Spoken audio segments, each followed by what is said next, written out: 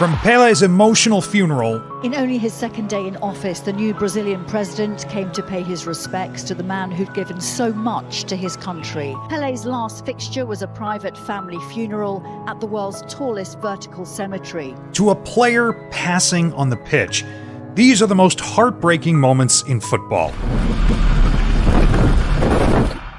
Let's kick things off with the most disturbing story in Colombian football. You're looking at the own goal that knocked Colombia out of the 1994 World Cup. But what seemed like an unfortunate mistake turned out to be the last time Andres Escobar kicked a ball before he lost his life on the streets of Colombia. After losing their opening round game of the 1994 World Cup to Romania, Andres Escobar led out his Colombian teammates, hoping to turn things around against tournament hosts USA. But catastrophe struck when John Hark's cross flew into the Colombian box. Escobar stretched out to block the ball, only for it to tragically bounce into the net.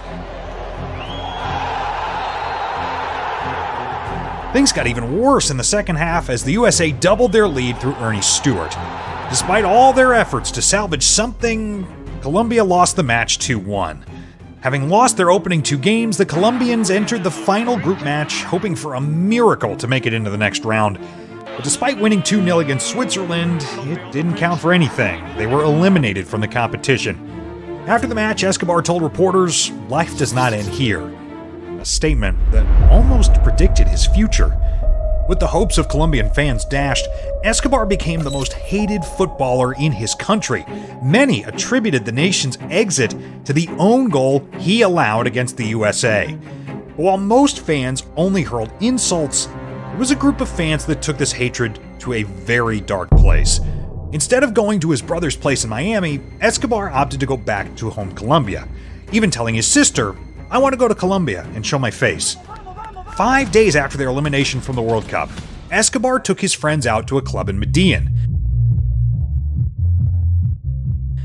After having a good time with his friends, Escobar sat in the car waiting for him, when suddenly two men pulled up next to his car and shot him 6 times.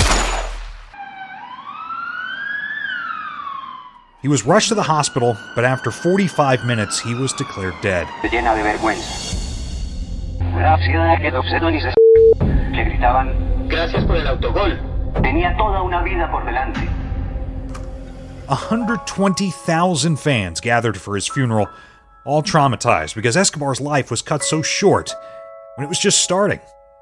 Which can also be said for Emiliano Sala's big move, which ended in tragedy. After securing a big money move from Nantes to Cardiff in 2019, Emiliano Sala was on his way to achieving the dream many young footballers had been praying for. He got on the plane that would take him to Cardiff to begin a new chapter. There was a problem. His pilot, David Abbotson, wasn't comfortable with the state of the aircraft. He recorded himself right before takeoff and even sent a voice message to his friend complaining about it. David Ibbotson raised concerns about the plane. I picked a football up from Cardiff. It's just been bought from Nantes. I think it's about £20 million worth or something. They've entrusted me to pick him up in a dodgy garage. Normally I have the life jacket in the seats, but tomorrow we're wearing the life jacket, that's for sure. This aircraft, I think it's got to go back in the hangar. Might be your last chance to have a good old chat with me and a good old boat tomorrow. Normally I have the life jacket. But he wasn't the only one concerned about the safety of the plane. Sala also sent a voice recording to his family. Hermanitos, ¿cómo andan loquitos locos? Hermano, estoy muerto. Así que nada, muchachos.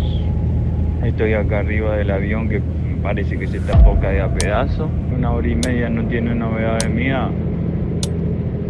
No sé si van a mandar a alguien a buscarme porque no me van a encontrar, pero ya saben.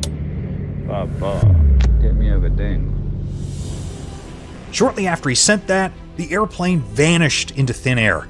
News of the disappearance of the plane sent shockwaves around the football world. Rescuers searched over 1,000 miles across the sea, hoping by some miracle Sala and Ibbotson would be found alive. Football stars like Mbappe, Gundogan, Koscielny, and Payet donated over $500,000 to the rescue effort, but after 2 weeks of intense searching, the worst news was confirmed. the depths of the English Channel, the plane's final resting place. For the first time, we can show you moving pictures of the wreckage in a tragedy that touched a number of lives. The plane was found 220 feet deep in the water, with Salah's lifeless body still trapped inside. His pilot, David Ibenson's body, was nowhere to be found. Their families, fans, and the entire football world plunged into mourning.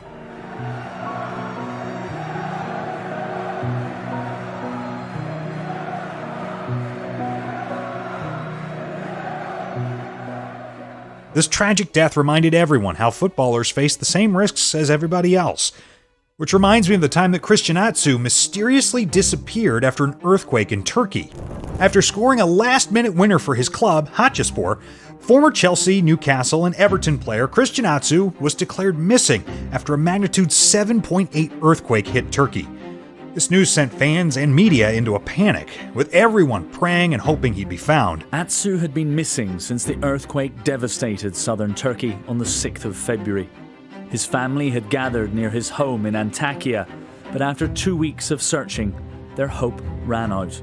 After a nail-biting 24-hour wait, his club Hatayspor posted that Atsu was found alive, but he'd been plunged from the 9th floor of an 11-story building after the earthquake. His agent, Nana Sashir, was told Atsu was in stable condition at a hospital, but he had not heard from him.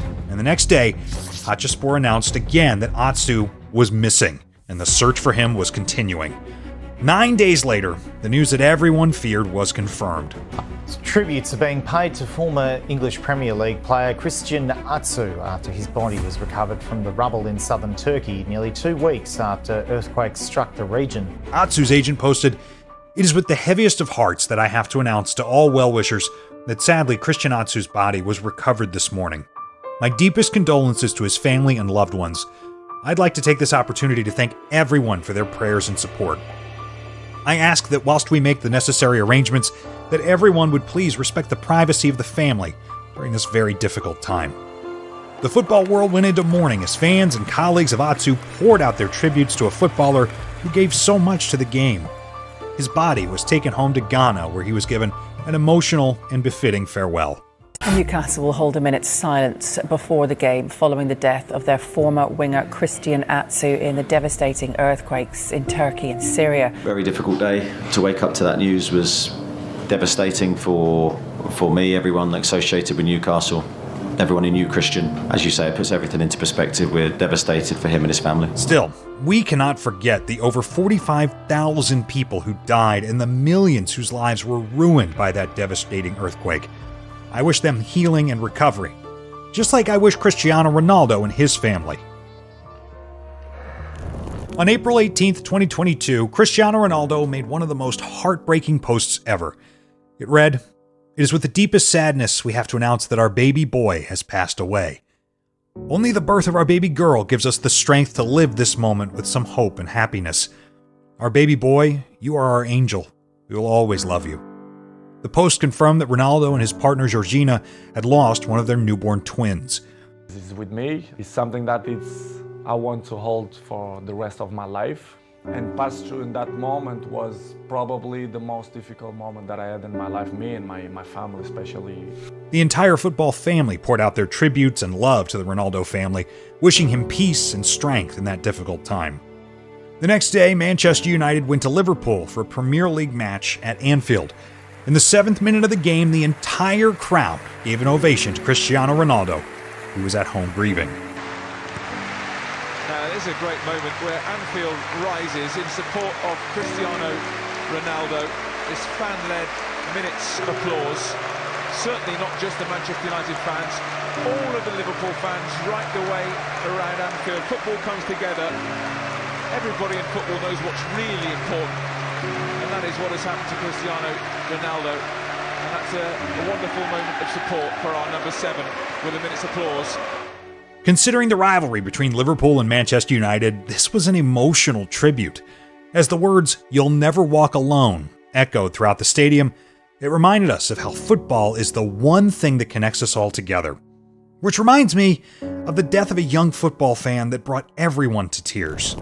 Very sad news. You'll all remember Bradley Lowery, who was the Sunderland fan, who was a mascot for Sunderland quite a few times last season. We know that he was best friends with Jermaine Defoe. We saw Jermaine Defoe break down in his news conference at Bournemouth yesterday because Bradley's condition was deteriorating. He suffered from neuroblastoma. Give him 2 minutes, yeah?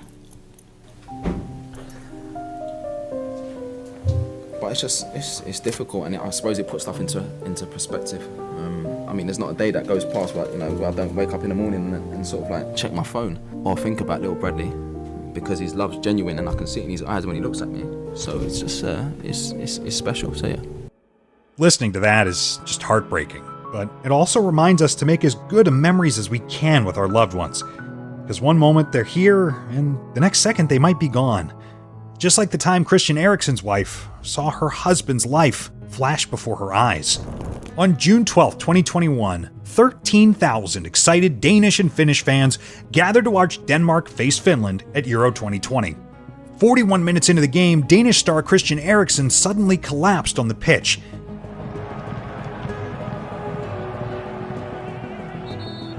He suffered a heart attack.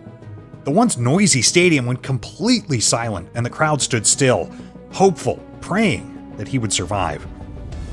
Captain Simon Kjær quickly removed Eriksen's tongue to prevent him from choking. He and other Danish players gathered around, covering Eriksen from the stadium's cameras as the doctors battled to keep him alive. While that was happening, Kjær approached Eriksen's wife and comforted her. 15 long minutes after the collapse, the doctors rushed him to the hospital.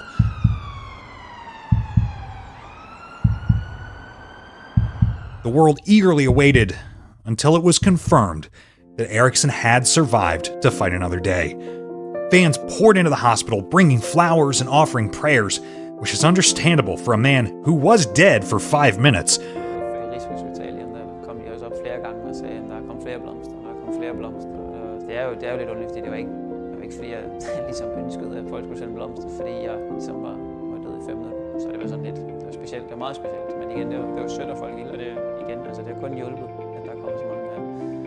Thankfully, he made his return to football and now plays for Manchester United, still fighting and bringing joy to the fans who stood by him in his darkest moment.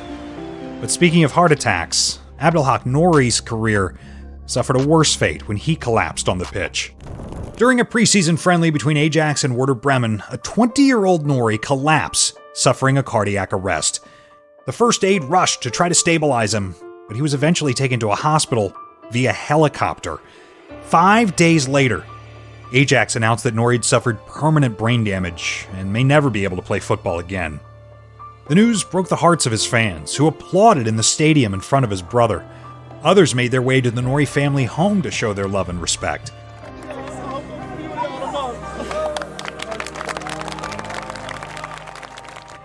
It's sad because he had such a promising future.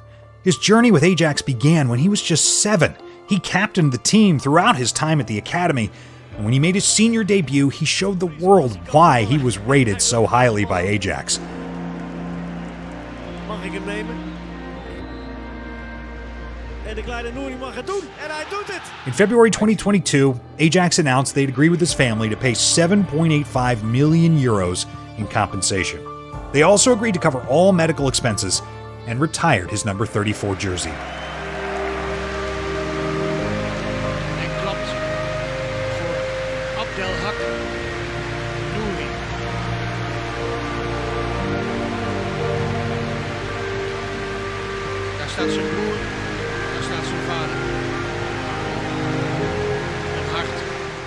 Still, his family might never get the old Nouri back again, which is a similar type of pain the Morosini family had to endure. An Italian soccer player died earlier today on the pitch. Born midfielder Pier Mario Morosini suffering cardiac arrest. On April 14, 2012, in a match between Pescara and Livorno, Morosini suddenly collapsed in the 31st minute. He tried to get up, but lost consciousness and fell to the ground. The medics rushed to the field and used a defibrillator to keep him alive. The whole stadium was shocked. Players and staff were crying, biting their nails, hoping for the best. He was stretched onto an ambulance, and it looked like he would get the help he needed. But while the ambulance was rushing to the hospital, Morosini tragically died a few minutes away from Santo Spirito Hospital. When his teammates who'd followed the ambulance heard about his death, there was an explosion of shouts and tears. This news spread fast, and the entire football community was thrown into mourning. All the Italian football matches were suspended for the weekend as tributes poured in to honor Morosini's death. An Italian soccer player died earlier today on the pitch. Born midfielder Pier Mario Morosini suffering cardiac arrest and collapsing during a Serie B match. As a result, all Italian matches this weekend were called off. In his funeral, thousands of fans lined the streets of Bergamo, applauding and touching his coffin as it passed. The only family he had left was his disabled sister, who had now lost her only hope of surviving. I can't imagine how painful it is to lose family to the cold hands of death. Which reminds me of the time Sere Die lost his father. As the national anthem of Ivory Coast blasted in a World Cup match against Colombia, Sere Die suddenly burst